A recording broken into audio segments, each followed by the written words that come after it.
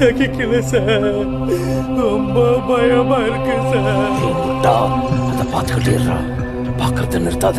ஒவ்வொரு வாட்டியும் அதை பார்க்காம நீ திரும்பும் போதுதான் அது பக்கத்துல வருது. சார் சார் வேலை வந்துச்சு சார். இப்ப என்ன சார் பண்றது? எந்த காரணத்தை கொண்டு அதை பார்க்கறத நிறுத்திடாத. கண்ணை புடச்சு விட்டிடாத சார். பயமா இருக்கு சார். இவ்வளவு கிட்ட வந்துச்சு சார்.